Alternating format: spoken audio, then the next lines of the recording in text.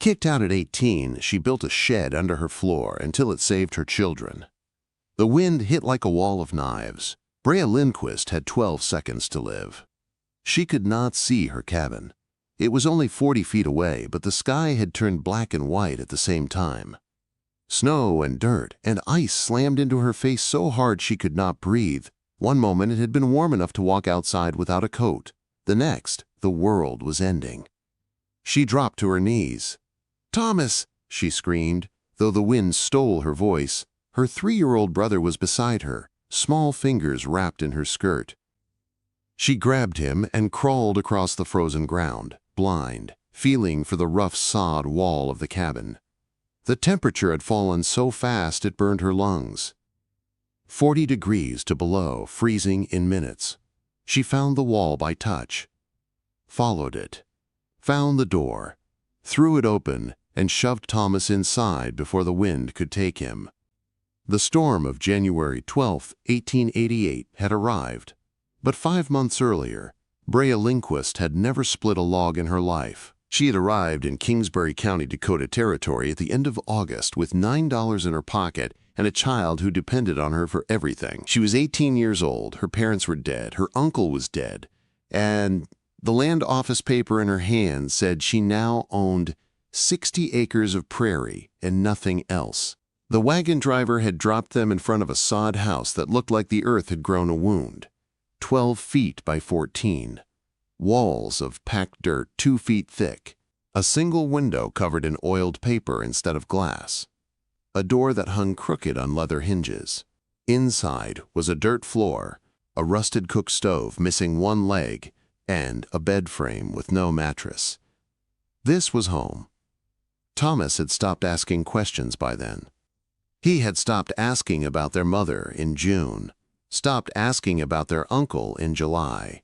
Now he just held her hand and watched her face to see if they were safe. They were not. The nearest timber stood 8 miles away along Redstone Creek. The nearest town was 12 miles behind them. The nearest neighbor was 3/4 of a mile east, a Norwegian family named Torkelson. And winter was coming. Brea did not yet understand what winter meant on the Dakota Prairie. Gunnar Torkelson came on the 3rd morning. He was 53 years old, with a gray beard and 2 missing fingers on his left hand. He had survived 11 Dakota winters. He had buried neighbors who had not. He stood outside the sod house and studied it the way a man studies a weak fence before a storm. "You're Pearl's niece," he said. "Yes." "Typhoid?" "Yes." He walked around the cabin slowly, looked at the sagging roof, looked at the empty yard where a barn should stand, looked at the ground where a woodshed should be. "You file on this claim?" "Yes, head of family." She nodded toward Thomas in the doorway. Gunnar grunted. "You have money, quote, $9. Stock? Nothing. Wood? Nothing." He did the math in his head. She saw it in his eyes. 6 cords, he said at last. "Minimum. Cabin this size with that stove. 6 cords of dry wood to make it through winter, more if it runs long."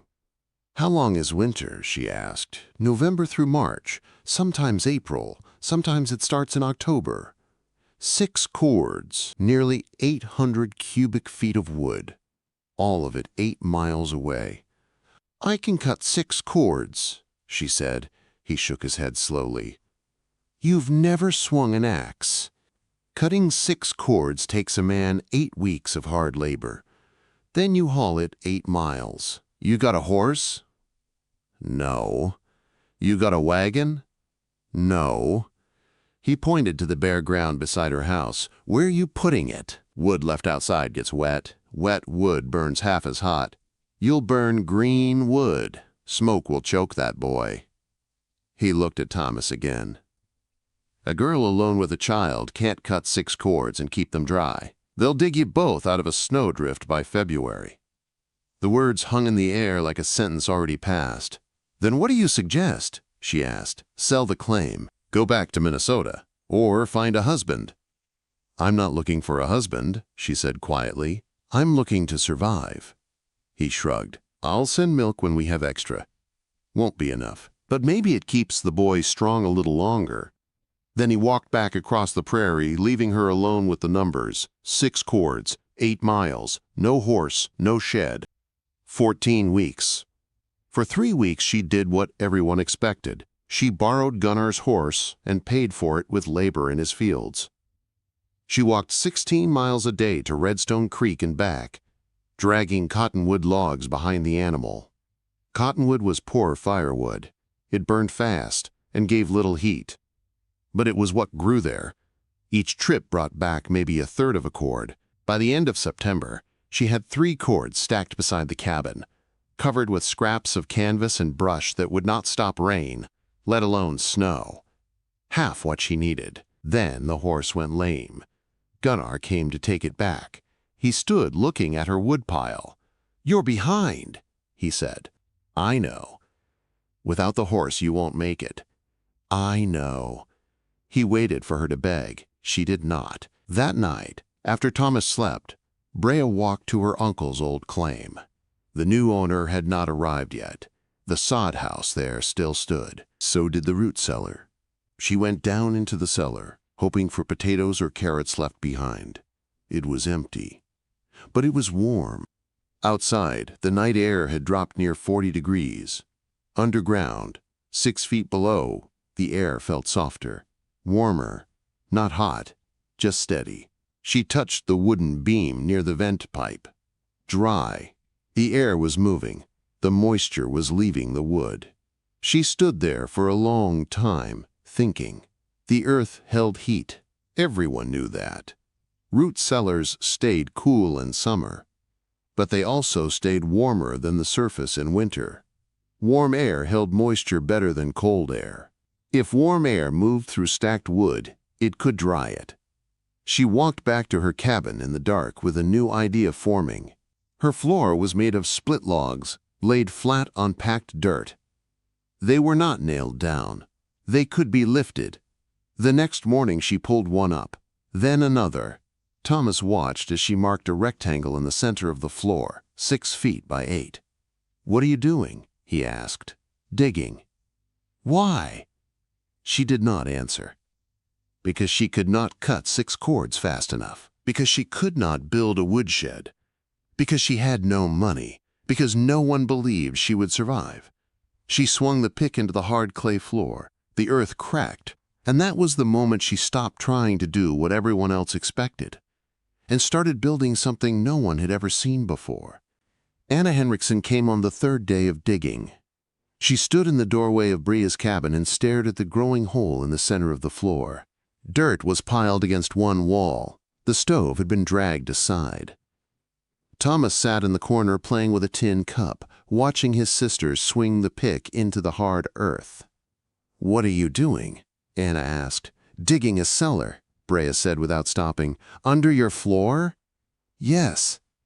Anna stepped inside carefully. She was 26, a widow with 2 small children of her own. She had survived 3 Dakota winters. Her husband had not. She knew what cold could do. "Root cellars are built away from the house," Anna said. "Otherwise the damp gets into everything." "I know." "Then why here?" Quote. Brea leaned on the shovel, breathing hard. Her hands were already blistered. Her shoulders burned like fire. "I'm not building a root cellar," she said. "I'm building a drying room." Anna frowned. "For firewood."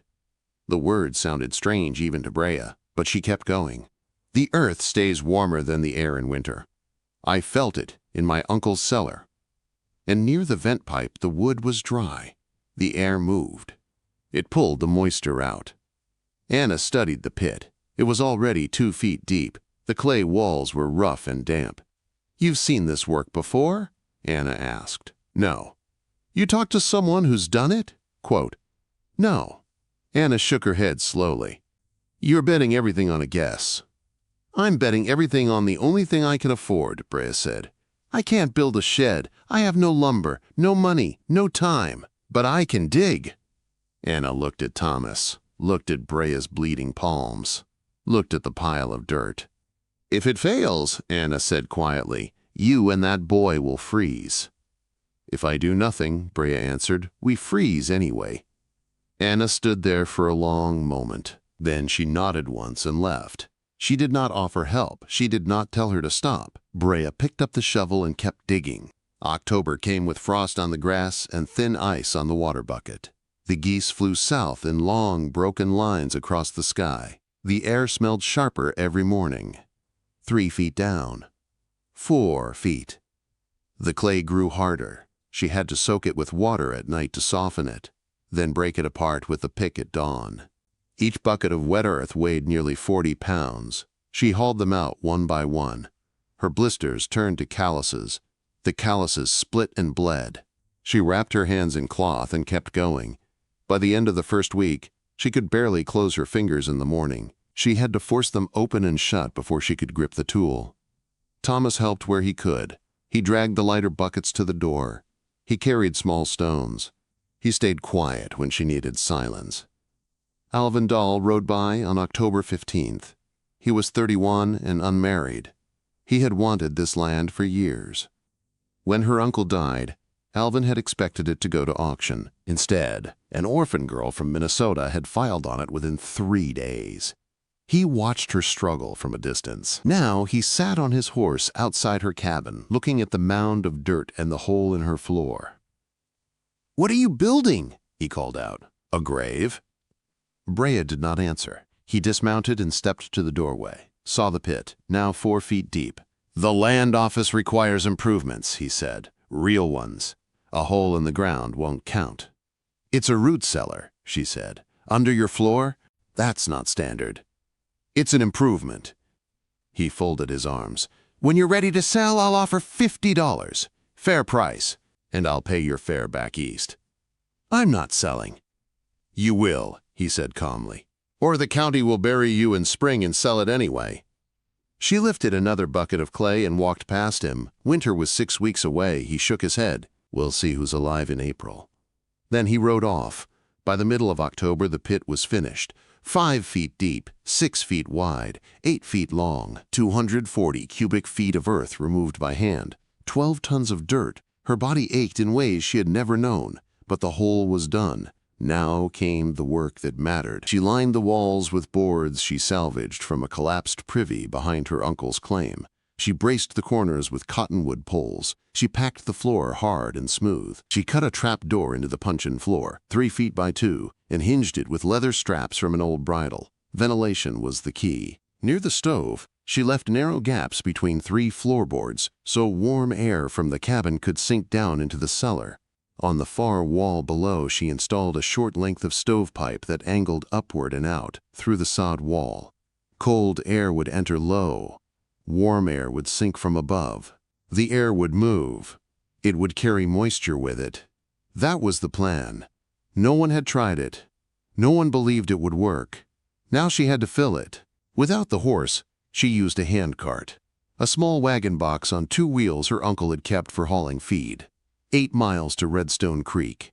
8 miles back. A full day for a quarter quart if she stacked carefully. She made the trip again and again through November. Thomas stayed with Anna on hauling days. There was no other choice. By mid-November, 1½ cords lay stacked in the cellar beneath her floor. Warm darkness surrounded the wood. Still short. Still not enough. Anna came one morning without knocking. "I'm hauling wood tomorrow," she said. "You watch my children. I'll bring you a load back." "That's charity," Brea said. "It's a trade," Anna replied. "You watch my children. I haul your wood." Pride rose in Brea's throat, but pride would not warm Thomas. "I'll take it," she said. Anna nodded. The snow came on December 5th. It melted by noon, then returned harder that night. The trips grew worse. Trails iced over. Wind cut through her coat. Once she came home with her feet so swollen she could barely remove her boots. By December 15th, the cellar held 4 cords. Not enough. But something else had changed. She pulled one of the first logs she had stored 6 weeks earlier. The bark had cracked. The wood felt lighter. She knocked on it with her knuckle.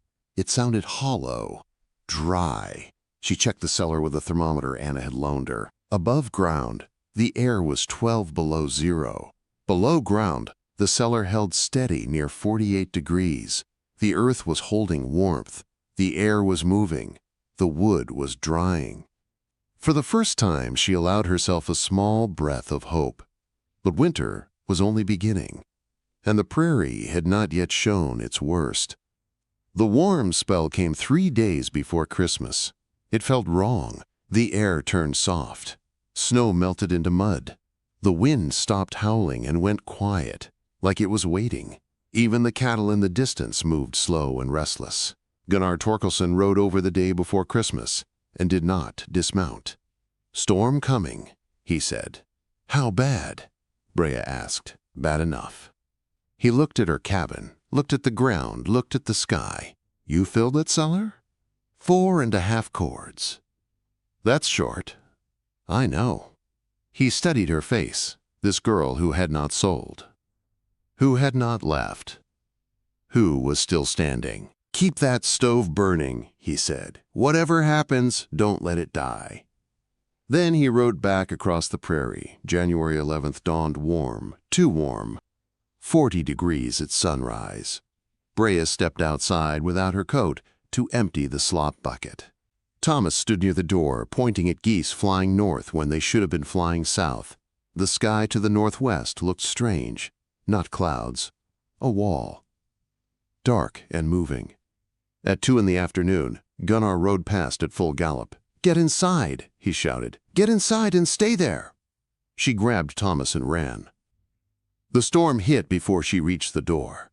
Wind slammed into her back. Snow and ice exploded through the air so thick she could not see her own hands. The temperature dropped like a stone, 40 degrees to near zero in minutes. She fell to her knees and crawled, dragging Thomas under her body so the wind would not take him. She found the sod wall, found the door, threw it open, and pushed him inside.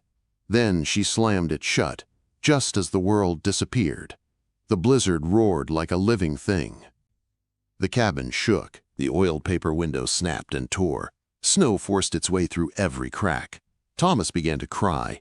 Brea moved fast. She shoved rags into gaps around the door, packed dirt along the base of the walls. Then she opened the trap door in the center of the floor. Warm air rose from below. The cellar breathed. She pulled 2 logs from the stack beneath her feet. They felt dry, light. She fed them into the stove.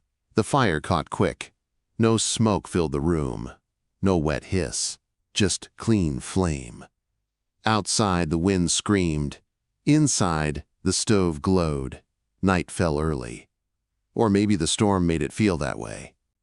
The sky outside the torn window had turned white and black and nothing else. Thomas curled up on the bed frame under blankets and watched her. "Are we going to die?" he asked in a small voice. "No," she said. She did not know if it was true, but she said it anyway. The storm did not stop that night, or the next morning, or the next day. Snow piled against the door until it would not open. The vent pipe outside clogged with ice and had to be cleared from inside with a stick. The cabin groaned under the weight. But the stove kept burning. She kept feeding it, dry wood from beneath the floor. Each time she lifted the trap door, warm air rose from the cellar like breath from the earth itself. The logs stacked below felt dry to the touch, lighter than when she had carried them from the creek. The air moving through the vents did its work. Above ground, the temperature dropped to 30 below. Then lower. On the second night, she heard something slam into the cabin wall. Hard, she froze. Then heard it again. A body. She grabbed the poker from beside the stove and waited. A weak voice came through the storm. "Help!" She threw her weight against the door. It would not move. Snow had sealed it shut. She climbed to the window instead and kicked out the rest of the oiled paper. Wind and snow blasted her face. She saw a shape in the drift. Alvin Dahl. His horse was gone. He was half buried, crawling toward the cabin. For a moment she hesitated. He had told her she would die. He had tried to buy her land cheap. He had laughed at her hole in the floor, but he was human. She grabbed a shovel and dug through the snow blocking the door. It took all her strength. The wind tried to push her back. Snow filled her boots. She reached him and dragged him inside, inch by inch. He was barely conscious, his face white, his hands stiff. She shut the door and packed the cracks again. Thomas stared wide-eyed from the bed. "Who is that?" he whispered. "A neighbor," she said. She laid Alvin near the stove and stripped off his frozen gloves. His fingers were pale and hard. "Don't sleep," she ordered him. She lifted the trap door and pulled more dry logs from the cellar. Fed the fire, kept it burning hot. The heat slowly returned color to his face. Hours passed. The storm did not. By the third day, food was low. Water had to be melted from snow. The air inside smelled of smoke and damp wool. But the wood stayed dry. Every time she reached down into that cellar, she felt the steady warmth of the earth and the moving air she had trusted with her life.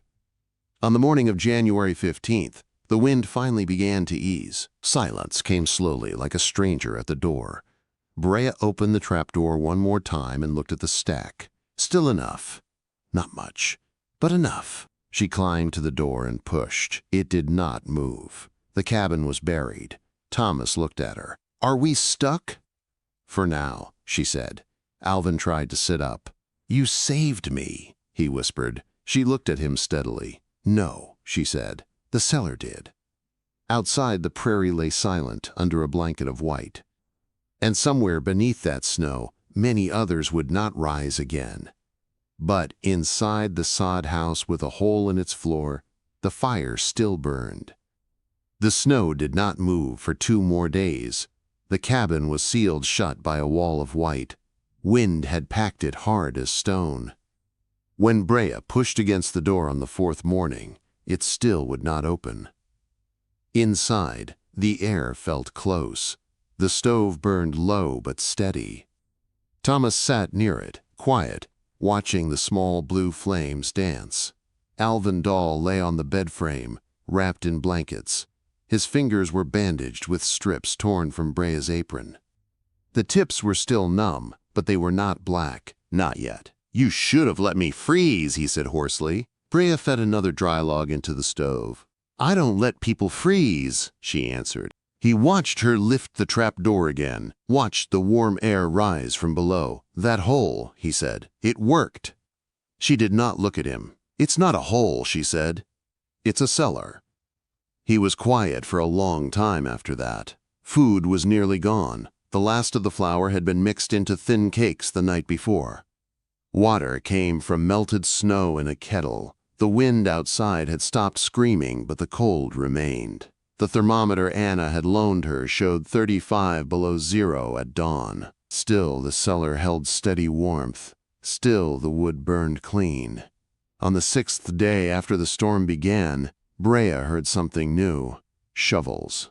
The dull thud of metal against packed snow. She froze. Then a voice. "Brea, you alive in there?" "Gunnar." She ran to the door and shouted back, "We're here!" It took another hour before the door finally broke free. Snow poured inside as the seal cracked. Gunnar and his eldest son dug fast, clearing a path wide enough to open it. Light flooded the cabin. Gunnar stepped in and stopped. He saw Alvin on the bed, saw Thomas by the stove, saw the trapdoor in the floor. He walked to it slowly and lifted it. Warm air touched his face. He looked down at the stacked wood below. Dry, neat, steady. "How much left?" he asked. "Maybe a cord and a half," Brea said. He nodded once. "Plenty, if you're careful." He turned to Alvin. "You should be dead," Gunnar said plainly. Alvin swallowed. "I know." Gunnar looked back at Brea. "You kept it burning." "Yes." He studied her for a long moment. Then he gave a short nod. "You did what no one else did," he said. "You used your head." Outside, the prairie looked different. The storm of January 12, 1888, had killed many. Caught children walking home from school. Caught men in open fields. Caught families without warning when the temperature dropped 40 degrees in hours. Snowdrifts stood taller than fences. Some cabins were silent. Gunnar and his son left to check on others. Alvin tried to stand that afternoon. He staggered, but he stood. "You saved my life," he said again. Brea met his eyes. "You tried to buy this land cheap," she said. He did not argue. "I thought you'd fail," he admitted. "Everyone did." "I know." He looked at the trapdoor once more. "I was wrong." The words hung in the small cabin like something heavy and real. He stayed 3 more days until he could walk steady. He helped clear snow from the roof, helped dig a narrow path toward the well. When he finally left, he paused at the door. "If you ever need help hauling wood again," he said, "I'll bring my team. No charge." She studied his face, trying to see if pride still lived there. It did, but something else had joined it. Respect. "Thank you," she said. When he was gone, she closed the door and stood in the quiet. The storm had passed. The winter had not. January turned to February. February brought more snow, but nothing like that first storm. Each night, she lifted the trapdoor and pulled dry wood from the cellar. Each morning she checked the vents to make sure they were clear. The system worked. The earth stayed warm. The air kept moving. The wood dried as fast as she burned it. Thomas grew stronger instead of weaker. His cheeks turned pink near the stove. He laughed again. One afternoon in late February, Anna came over with her children. She stepped inside and looked around. "You're still here," she said softly. "Yes." Anna knelt by the trapdoor and opened it herself this time. She felt the warmth, smelled the dry wood. "You were clever," she said. "Or stupid," Brea answered. Anna smiled faintly. "Clever." Word began to spread across the prairie. About the girl who built a cellar under her floor. About the girl who stayed alive in the worst blizzard in years. About the man who would have frozen to death if not for her fire. By March, when the sun began to rise earlier and the snow softened during the day, men from neighboring claims came to look at her cellar. They stood over the trapdoor and studied the vent pipe, asked questions, touched the dry logs. Some shook their heads in wonder. Some frowned, thinking of the time they had wasted stacking wood outside. Gunnar came again one evening and stood in the doorway as the sun set red over the snow. "You proved something," he said. "What?" "That winter don't just test your strength," he said. "It tests your thinking." She looked at Thomas asleep by the stove. "I just wanted to survive." Gunnar gave a rare smile. "That's all any of us want." The snow began to melt slowly in March. Water dripped from the roof. The path to Redstone Creek reappeared in patches of brown earth. Brea stood outside her sod house one morning and looked across 60 acres of land she had almost lost before winter even began. She was still 18. She still had little money, but she had something stronger now. Proof. Proof that she could face the prairie and not bow. Proof that the earth itself could become shelter if you understood it. Proof that sometimes survival did not come from doing what everyone else had done before. It came from digging where no one thought to look. And winter was not finished with her yet. Spring came slow to Kingsbury County. The snow did not melt all at once. It shrank, day by day, pulling back from fence posts and wagon tracks, leaving behind brown grass and mud. The prairie looked wounded, but alive. Brea stood outside her sod house one morning in early April and watched water drip from the roof. The worst of winter had passed. She had survived. Thomas ran in the yard, chasing a stick through wet patches of earth. His laugh carried across the open land like something bright and new. Inside the cabin, the cellar beneath the floor was nearly empty. One last stack of dry cottonwood logs rested against the wall below. She had burned 5 cords through the winter. The 6th had not been needed. Gunnar Torkelson came riding over with 2 other men that afternoon. They dismounted slowly and walked around the sod house like inspectors. "You kept it burning," Gunnar said again. "Yes." He nodded. "The storm took 12 in this county," he said quietly. 3 children caught walking home from school. 2 men froze, trying to reach their barns. Others never made it back from town. Brea felt the weight of those words. She had been 12 seconds from dying that first day. 12 seconds from being another name spoken in low voices. One of the other men stepped forward. "Show us," he said. She led them inside and lifted the trapdoor. Warm air still rose from the cellar, though the stove now burned lower. They stared at the smooth walls, the vent pipe, the careful stack of wood. "You dried it under your own feet," the man said. "Yes." "How'd you think of it?" Quote.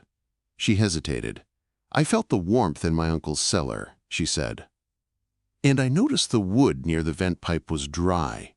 The air moved. I thought if I could make the air move under my floor, it would dry the wood." The men looked at each other. One scratched his beard. "That storm came too fast," he muttered. 40 degrees gone in hours, no warning." "There was warning," Gunnar said. "We just didn't listen close enough." He looked at Brea. "You listened." Alvin Dahl rode up later that week with a team of horses. He did not come to buy her land. He came with lumber. "I'm building a shed for you," he said simply. "I didn't ask for one." "I know." He began unloading boards anyway. It took 3 days to build a small but solid woodshed beside the cabin. Strong roof. Raised floor. Proper walls. When it was finished, he stood back and wiped his hands. "Consider it payment," he said, "for not letting me freeze." She studied the shed. "I told you I wasn't selling." He gave a small smile. "I'm not asking." Word of her cellar traveled farther than she expected. Men rode from miles away to see it. Some copied the design exactly. Others changed it to fit their cabins. By the next winter, more than a dozen homesteads in the county had drying cellars built beneath their floors. Some called them Linquist cellars. She did not like that name. She did not think of it as invention. She thought of it as necessity. In June, she rode into town with Thomas beside her in the wagon. The land office clerk looked surprised to see her.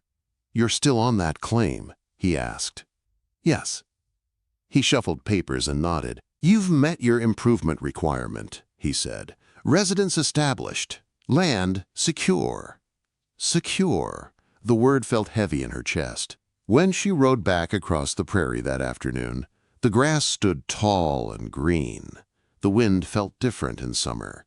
Not cruel, not sharp, just wide and endless.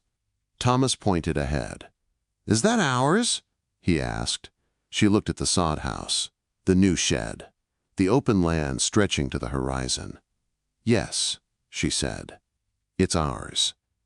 That night, after Thomas slept, she opened the trapdoor one last time. The cellar was cool now, steady and quiet. She ran her hand along the wall she had dug with bleeding fingers, along the boards she had nailed in place, along the vent pipe that had carried moisture away while the world above tried to bury her. Kicked out at 18, told she would not survive, told she should marry or leave or sell. Instead, she had dug, she had trusted the earth, she had kept the fire burning. Outside, the prairie wind moved through summer grass. Inside, beneath her floor, the space that had saved her children waited in silence. If this story moved you, share it with someone who believes strength can grow from the hardest ground, and follow for more Wild West stories of courage and survival.